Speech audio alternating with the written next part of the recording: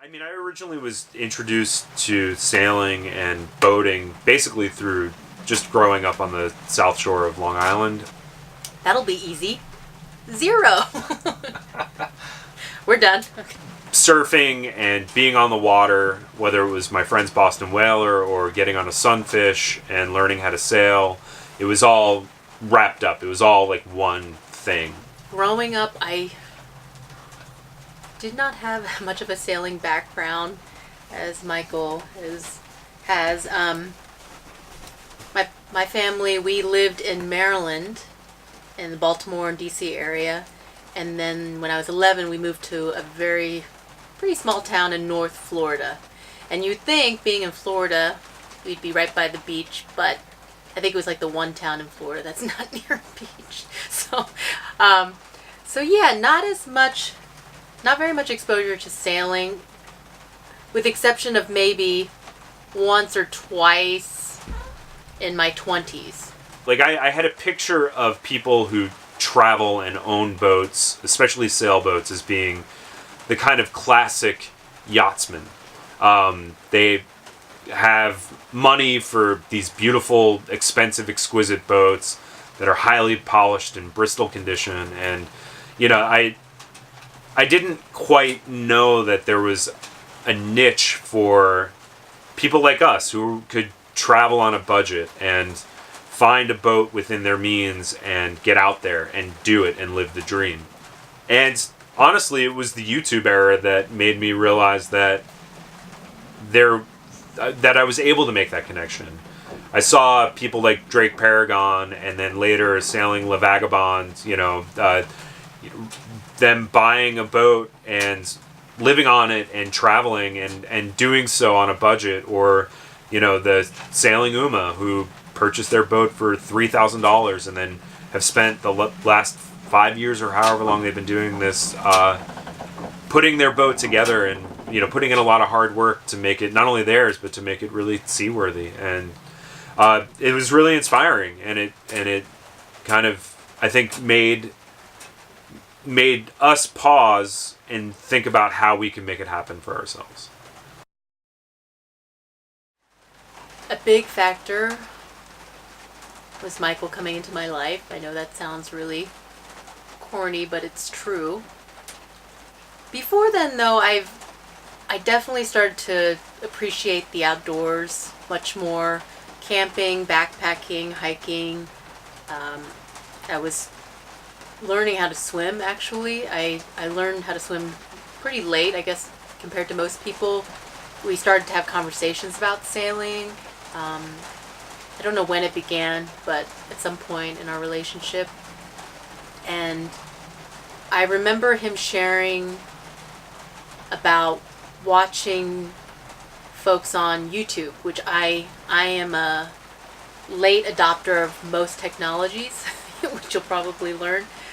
So I knew what YouTube was, so give me credit for that, but he would mention like, oh, I watched this great story about this person or this family or this couple living and sailing and traveling on sailboats.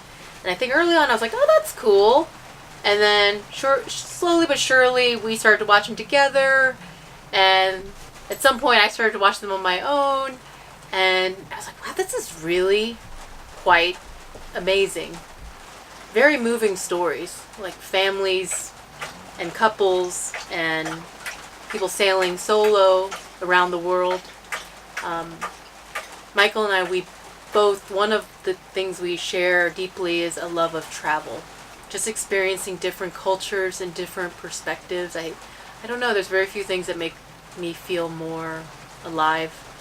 So yeah, that's one of the early things that's brought us together and started to put that bug of sailing and travel and how those two can go together. It seems really obvious, but it wasn't to me.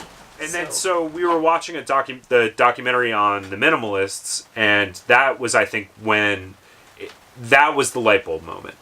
Because the reality was it was no longer like, well, I have an appreciable skill that I can make money to make this happen, but it was also the realization that if we cut back, if we look at our lives from a more holistic standpoint of what we actually need, we can make the determination of what those things are and cut out the unnecessary fat. Like, we could say, like, we don't need a large house. We don't need a car. We don't need like a lot of clothing or a lot of material things. That we would rather have experiences.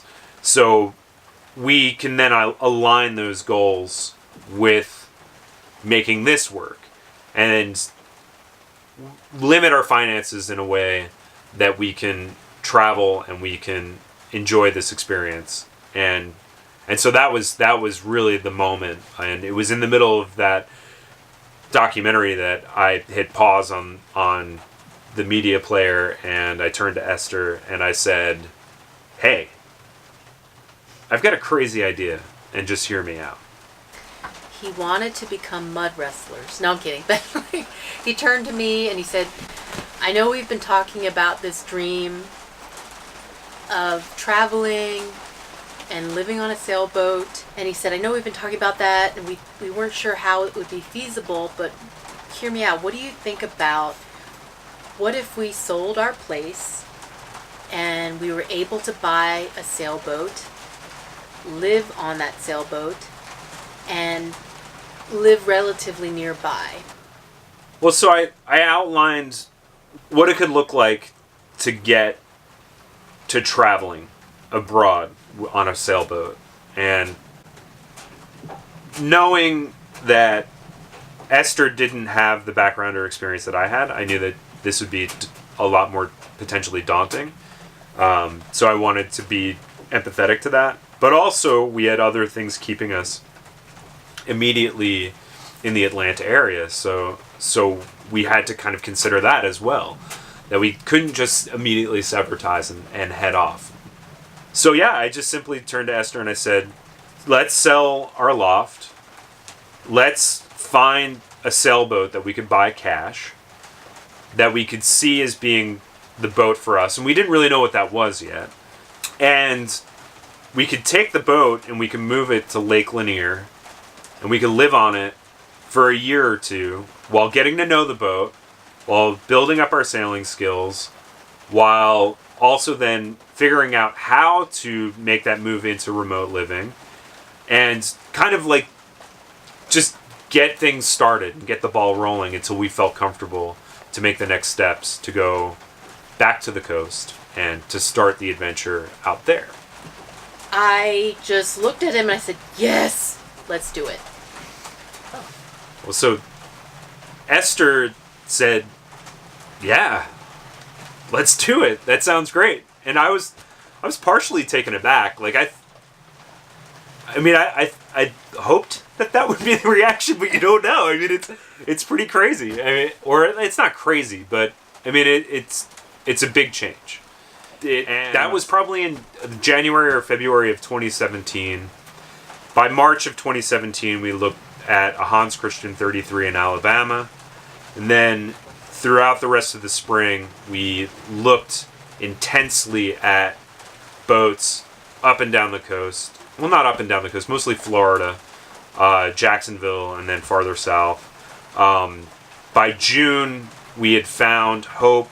By July, we listed our condo with an offer in on Hope. By the end of July, we sold our condo.